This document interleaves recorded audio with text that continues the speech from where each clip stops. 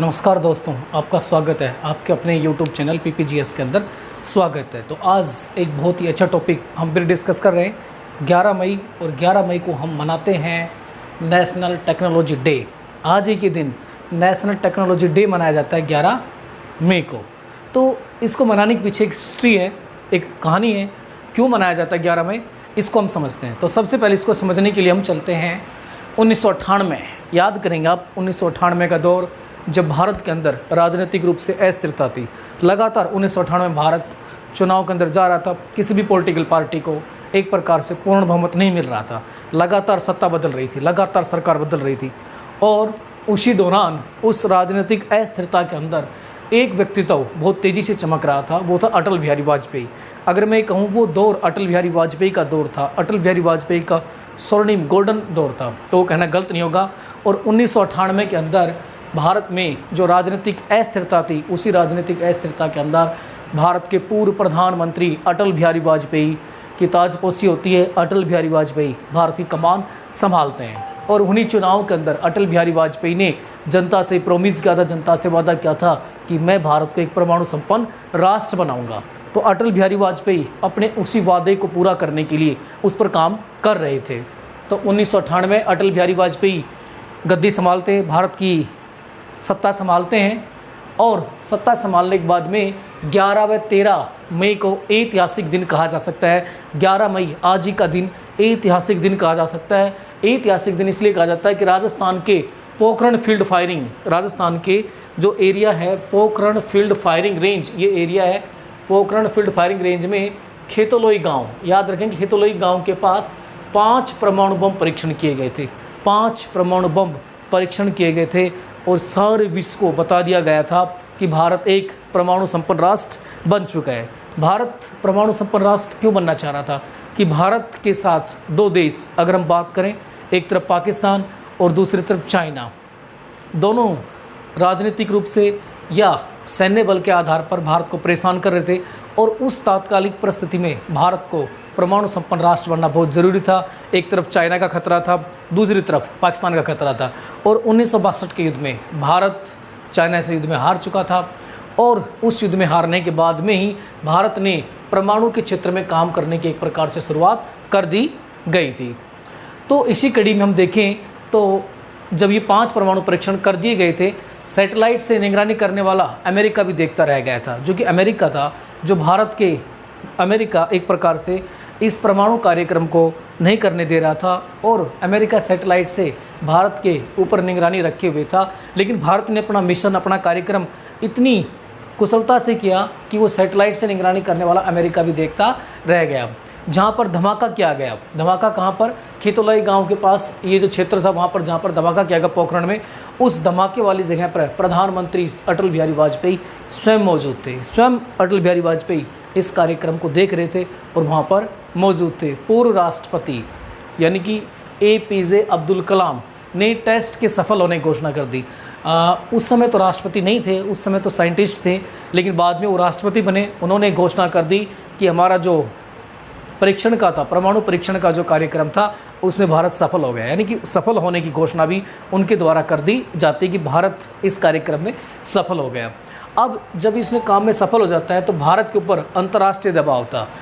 अब उससे पहले जब ये परमाणु परीक्षण के लिए भारत प्लानिंग बना रहा था, उससे पहले भारत के ऊपर अंतर्राष्ट्रीय दबाव, अंतर्राष्ट्रीय मतलब और राष्ट्रों का बहुत गहरा दबाव था। अमेरिका सहित और बहुत सारे राष्ट्र थे जो भारत के ऊपर दबाव बनाए हुए थे, क्यों नहीं चाहते थे कि भारत परमाणु परीक्षण करे। लेकिन वाजपेयी साहब ने चूंकि इलेक्शन में वादा भी किया था कि मैं भारत को एक परमाणु राष्ट्र बनाऊंगा, सो वाजपेयी साहब अपने वादे को पूरा करने के लिए इस मिशन पर आगे बढ़ रहे थे।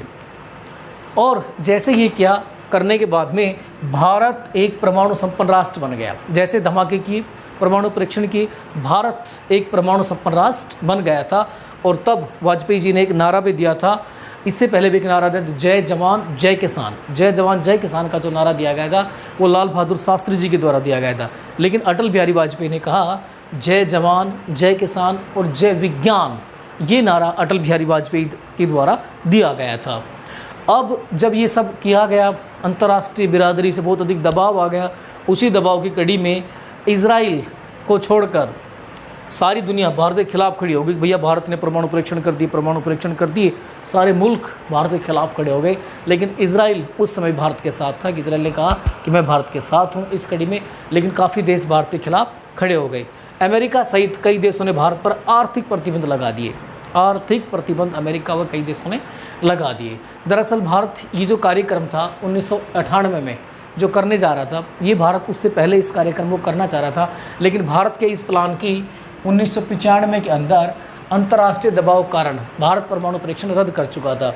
ये भारत के ऊपर दबाव था। भारत 1995 में परमाणु परीक्षण करना चाहता था, लेकिन 1995 में भारत की इस मिशन की, इस सीक्रेट मिशन की खबर अमेरिका को लग गई थी, और अमेरिका को लगने के बाद में भारत के ऊपर एक अंतर्राष्ट्रीय दबाव आ गया। इस वजह से भारत ने अपना प्रोग्राम 1995 में कैंसिल करना पड़ा।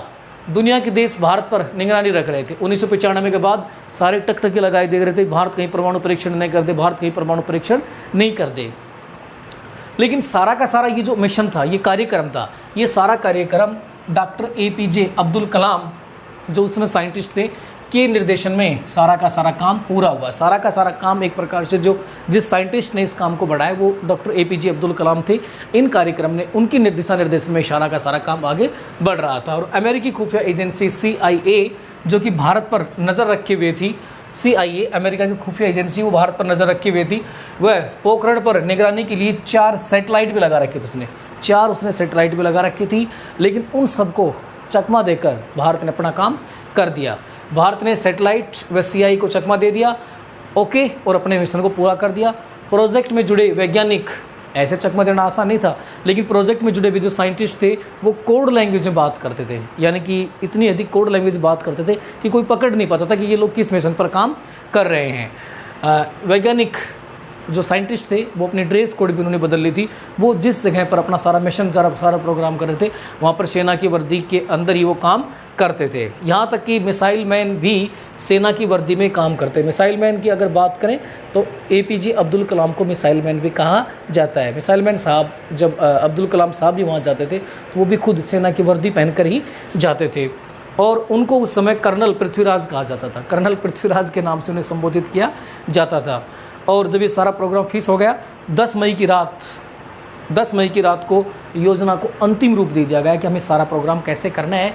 फिर आज ही के दिन 11 मई की तड़के सुबह 3 बजे परमाणु बमों को ट्रांसफ़र कर दिया गया, परमाणु बमों को वहाँ पर पहुँचा दिया गया। ऑपरेशन के दौरान दिल्ली के ऑफिस की बात भी कोड वर्ड्स में की जाती थी, यानी कि दिल्ली से जो भी दिशा निर्देश मिलते थे, जो गाइडलाइन मिलती थी या उनकी जो भी प्रोग्राम होता था, उनको कोड लैंग्वेज के अंदर या कोड वर्ड्स के अंदर बात की जाती थी। परमाणु बम के दस्ते को जैसे कोड वर्ड्स आपको कैसे, जैसे परमाणु बम था, परमाणु बम के दस्ते को ताजमहल कहा गया, परमाणु बम के दस्ते को ताजमहल कहा गया। इसी प्रकार अन्य चीज़ों के अलग अलग नाम रखे हुए थे। अब सबसे पहले ये जो परमाणु परीक्षण किस तरह किया गया था, तो ये आप देख रहे हैं कि यहाँ पर एक बहुत गहरा कुआं खोदा गया था। बहुत गहरा कुआं खोदने के बाद में उसमें ये जो परमाणु बम थे वो डाल दिए गए थे। परमाणु बम डालने के साथ ही उसके ऊपर ये आप देख रहे हैं मिट्टी के बहुत गहरे ऊंचे पहाड़ बना दिए गए थे, मिट्टी के बहुत गहरे ऊंचे पहाड़ बना दिए गए थे। यहाँ पर जो तार थे, वायर, वो इनसे कनेक्ट कर दिए गए थे। कनेक्ट करने के बाद में जैसे ही धमाका हुआ, धमाका होने के बाद में एक धमाके किए गए और धमाके बाद में धुएँ के गुब्बारे ऊपर उठने लग गए थे। और इस सारे के सारे प्रोग्राम को यहाँ पर जो 20 हमारे साइंटिस्ट और हमारे प्रधानमंत्री साहब खड़े थे वो दूर से सारा कार्यक्रम देख रहे थे। ये प्रोग्राम ये होने के बाद में यहाँ बहुत गहरा गड्ढा हो गया था। इसके बाद जैसे ये खबर UN तक पहुँची, सुरक्षा परिषद तक पहुँची, वो सभी आग बबूला हुए। भारत ऐसा देश बना जिसने परमाणु अप्रसार संधि, भारत ने परमाणु अप्रसार संधि पर हस्ताक्षर नहीं किए थे, और अमेरिका के द्वारा भारत पर प्रेशर भी क्रिएट किया जा रहा था कि आप परमाणु अप्रसार संधि पर सिग्नेचर करो, लेकिन भारत सिग्नेचर नहीं कर रहा था। तो जिसने परमाणु अप्रसार संधि पर हस्ताक्षर नहीं किए थे, ओके, और नहीं करने के बाद इसी के साथ ही भारत ने परमाणु अप्रसार संधि पर हस्ताक्षर किए बिना ही अपना परमाणु कार्यक्रम को आगे बढ़ा दिया, परमाणु परीक्षण करके दिखा दिया और विश्व के सामने परमाणु राष्ट्र के रूप में खड़ा हो गया। द्वितीय परमाणु परीक्षण के बारे में आपको बता दिया गया है, लेकिन पहला जो परमाणु परीक्षण किया गया था वो 18 मई 1974 को पोखरण में किया गया था। और उस समय जो भारत की प्रधानमंत्री थी इंदिरा गांधी जी के निर्देशन, इंदिरा गांधी जी उसमें प्रधानमंत्री थी, और इंदिरा गांधी के निर्देशन में ही पहला परमाणु परीक्षण संपन्न हुआ था। और इस परमाणु परीक्षण, इस कार्यक्रम को नाम दिया गया था बुद्ध स्माइलिंग इसका मतलब होता है बुध मुस्कुरा रहे हैं। इसका मीनिंग बुध मुस्कुरा रहे हैं या बुध स्माइलिंग नाम दिए जाने के पीछे कारण था कि बुध ने इस धरती पर, इस पृथ्वी पर शांति का संदेश दिया था और शांति का संदेश देने के कारण इसको बुध स्माइलिंग रखा गया था। क्योंकि भारत ने ये कहा जाता है कि हम बेशक परमाणु परीक्षण हमने जरूर किए हैं लेकिन अपनी आत्मरक्षा के लिए किए हैं, और भारत का तो सदैव सिद्धांत रहा है कि भारत ने कभी किसी राष्ट्र पर आक्रमण नहीं किया है। तो भारत ने परमाणु परीक्षण अपनी रक्षा के लिए किए थे और भारत ने कभी किसी दूसरे राष्ट्र पर आक्रमण नहीं किया है। और भारत ने उस समय भी ये कहा था कि हम किसी दूसरे राष्ट्र के ऊपर अपने परमाणु हथियारों का प्रयोग नहीं करेंगे, और भारत आज वर्तमान 2021 तक उस बात के ऊपर विद्यमान है। लाइक एंड सब्सक्राइब जरूर करें।